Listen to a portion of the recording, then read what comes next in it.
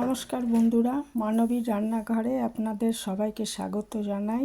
আমার আজকের রেসিপি হলো ভুনি খিচুড়ি। একদম শুকনো হয়, এটা পোলাওয়ের মতো ঝরঝরে হয় খিচুড়িটা। এটা এমনি আলুর দম বেগুন ভাজার সাথেও খুব ভালো লাগে খেতে, আবার ভোগ হিসাবেও দেওয়া যায়।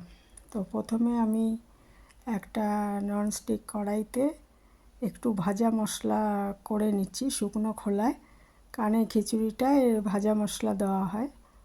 তো জিরে, 1 চামচ জিরে, 1 চামচ ধনে, 3-4টে ছোটো এলাচ, আর দারচিনি 3-4 টুকরো ছোটো, এগুলো, আর 2 টুকরো লবঙ্গ, এগুলো নিয়ে নিয়েছি।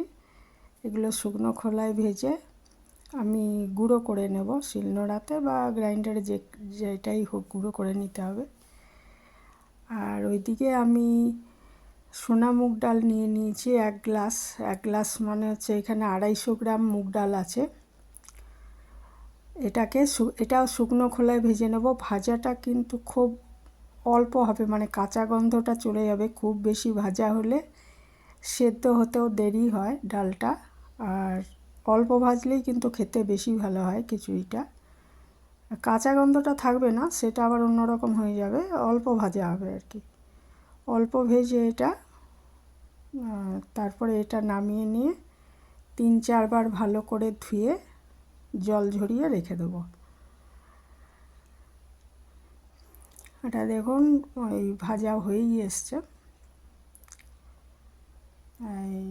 মানে হালকা মতো ভেজে নিচ্ছি আমি।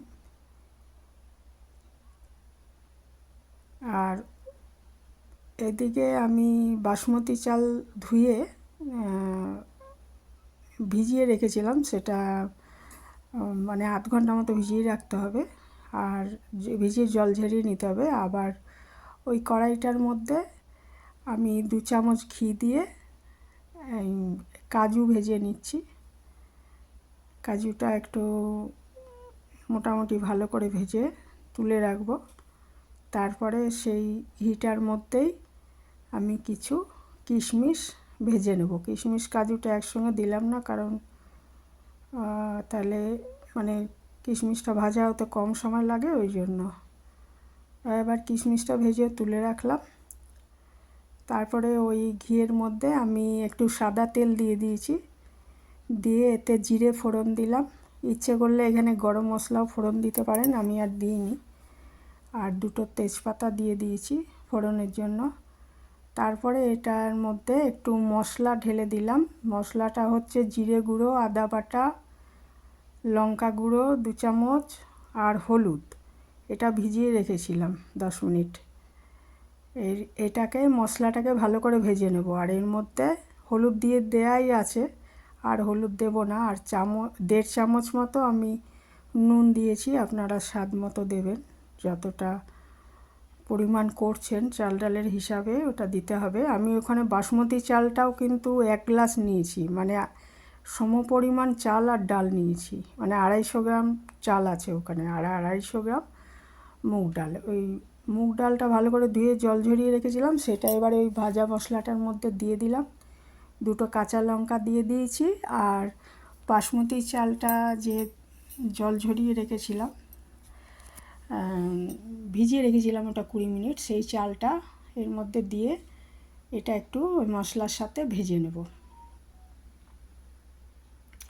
ভেজে নেওয়ার পর তারপরে আমি ওইদিকে 4.5 গ্লাস মতো, আমি তো টোটাল 2 গ্লাস নিয়েছি চাল আর ডাল, 4.5 গ্লাস মতো আমি, এটা যদি আমি প্রেশার কুকারে রান্না করতাম তাহলে 4 গ্লাস জল নিতাম, কিন্তু যেহেতু এটা কড়াইতে ঢাকা দিয়ে রান্না করব, তাই 4.5 গ্লাস মতো আমার জল লাগবে, না হলে লেগে যেতে পারে 4 গ্লাস জল দিলে তলাটায়।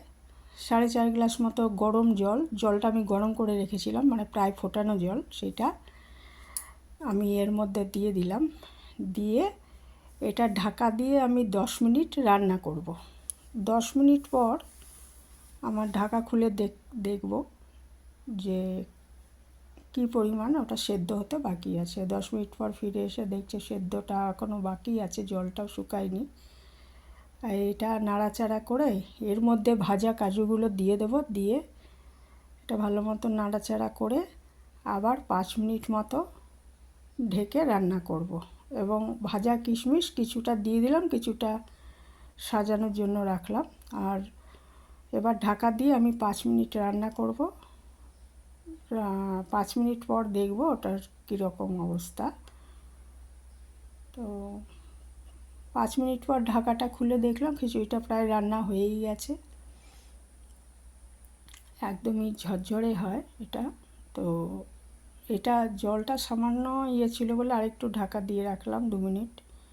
তারপরে ঢাকাটা খুলে এর মধ্যে যে ভাজা মশলাটা করে রেখেছিলাম, অর্থাৎ এলাচ, জিরে, ধনে আর দারচিনি, এটা শুকনো খোলায় ভেজে ওটা গুঁড়ো করেছি, সেই গুঁড়ো ভাজা মশলাটা এর মধ্যে দিয়ে দিলাম।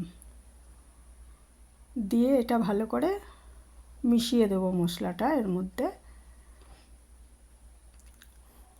দিয়ে এটা আমি ঢাকা দিয়ে আরও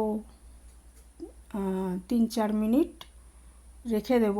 তাহলে ওই ওভেনে বসিয়ে রেখে দেব, তাহলে গ্যাসটা বন্ধ করে, তাহলেই এটা রেডি হয়ে যাবে।